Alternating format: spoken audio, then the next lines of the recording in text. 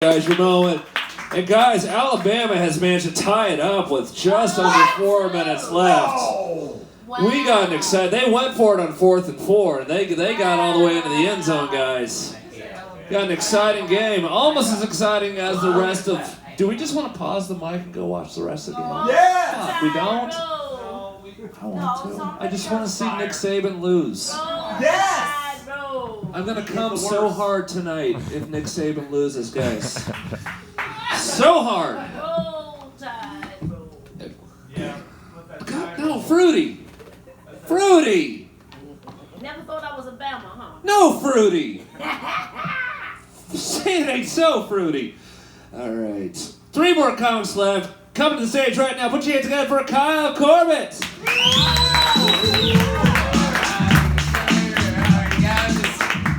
Here for Doug, ripping it up for us over here. He really needs to learn how to talk a little bit louder into the microphone. He can never hear the guy.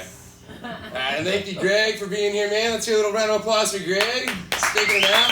This guy has to listen to every one of us motherfuckers say dumb shit and not get any laughs. That's got to be harder than it is for us. All right, guys, I'm Kyle Corbett. I should probably tell you guys something funny while I'm up here. I really love telling jokes. I, unfortunately for you guys, kind of suck at writing them. So, I thought I'd write a little new material today for getting up in Hollywood and try to keep it relevant to the times. So I put a couple little items down here. I noticed one person earlier said they like to tell jokes in their daily lives. That's pretty cool. Somebody else was like, yeah, you just gotta kind of stretch the truth a little bit. I kind of really wish I had to stretch the truth in order to make my sound like a joke. I think my life speaks for it, though. Alright, so I know nothing about politics. I just know that the guy from Who Wants to Be a Millionaire is now our king. No, that's not fair to Regis. That's not fair to Regis. Alright, so... I literally wrote that 5 seconds ago, like right before I got up here. While he was considering cutting off my set for the damn football game. Alright, so before I get on stage, I always like to pound 3 IPAs. I can look at the audience and be like, hey guys, I'm drunker than all you. Usually someone out there's like, hey guys, look, he's joking, he's acting drunk. Nope. Alright, so guys, I don't know if you guys are all from here in Hollywood, but we did lose kind of an iconic figure a couple of days ago. Christ has died. That's right, Street Jesus, the guy we've all seen walk around for years and years. He did pass away, God rest his soul. We're still waiting though, he has not risen yet. Unfortunately, the LA coroner's making it kind of hard for us to get in to check on his tomb. I mentioned that a little bit to a homeless guy today, just talking about Street Jesus, and looks at me and this drunk homeless guy goes, yeah, man, if you need help getting into his tomb, I can help you out, man. I'm really good at pushing rock. So, yeah, my friend, we're talking about Street Jesus, and I'm like, so I'm going to tell some Street Jesus jokes tonight. Kind of looks at me like, we're going to tell Street Jesus jokes in Hollywood, huh? I said, yeah. And he's like, Street Jesus is watching us from above now. Seriously? You mean there's now fucking 2 of them? Double the trouble if I do something wrong? So I kind of wondered if I should tell Street Jesus jokes or not, if that was appropriate. He is up there watching and listening, and, I don't really want to go to hell. He'd probably be pretty pissed. He'd be super pissed if no one in Hollywood was still telling jokes about him just because he died. So he did die. He did die for our sinful comments. No, seriously, the dude was really cool though. I don't know if you guys know who Street Jesus was. He was actually a really mellow dude. He would always pretty much he wanted nothing. He wanted nothing for himself. He just wanted to go around, have a good time, kind of put on a really cool Christ presence and show that maybe isn't gone. And it was actually kind of neat. He never asked for anything from anyone.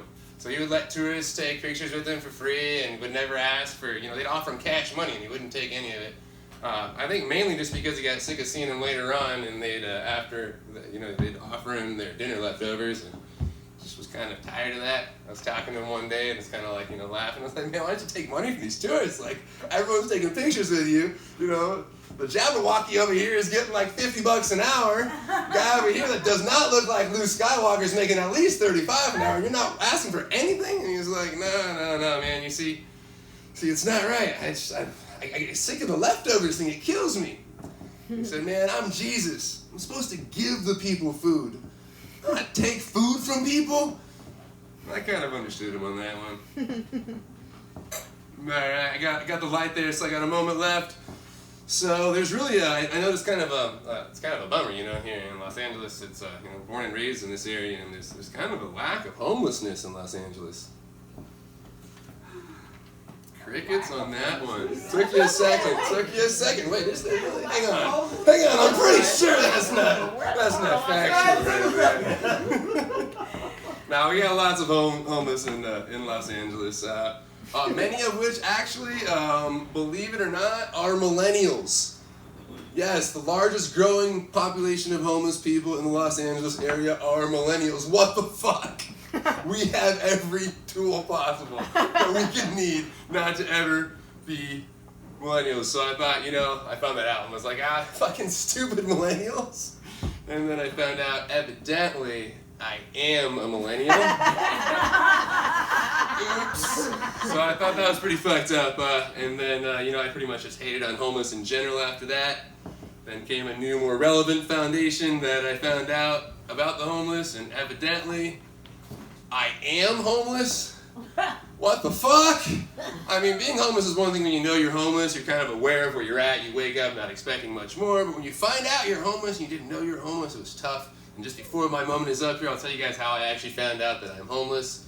I was standing having a conversation outside of work with another coworker, and he's like, yeah, there's a lot of homeless, in the Southern California area. Los Angeles and San Diego are two of the highest areas for the country. I was like, where's higher than that? And he goes, well, Hawaii and San Francisco. And I go, well, Hawaii makes sense. I mean, you can sleep on the beach. It's warm out there. Plus, if you have no money and you're homeless, it's probably really hard to get a plane flight back. So Hawaii makes sense. And I was like, what about San Francisco? Man, San Francisco's ice cold. There is no way that outside at night in San Francisco that you can get your spoon hot enough to melt your heroin. No way. So he goes, no, Kyle, check it out. It's working homeless that make the population. I'm like, what the fuck is working homeless? I wish I could not cuss at you, by the way. That would be the shit. I don't know how to do that. Working homeless? He goes, well, you're serious? You don't know what working homeless is? And I'm looking at him like, dude, what the fuck is working homeless? That doesn't exist. Either you're homeless or you have a job. And he looks at me. He looks kind of over to the side of the marina where we work. He looks over toward his van where he sleeps at night. He looks over toward my camper truck where I sleep at night, and then he just kind of stares at me. I'm Kyle Corbett, guys, currently in search of the home that is gone. Keep it going for Kyle Corbett.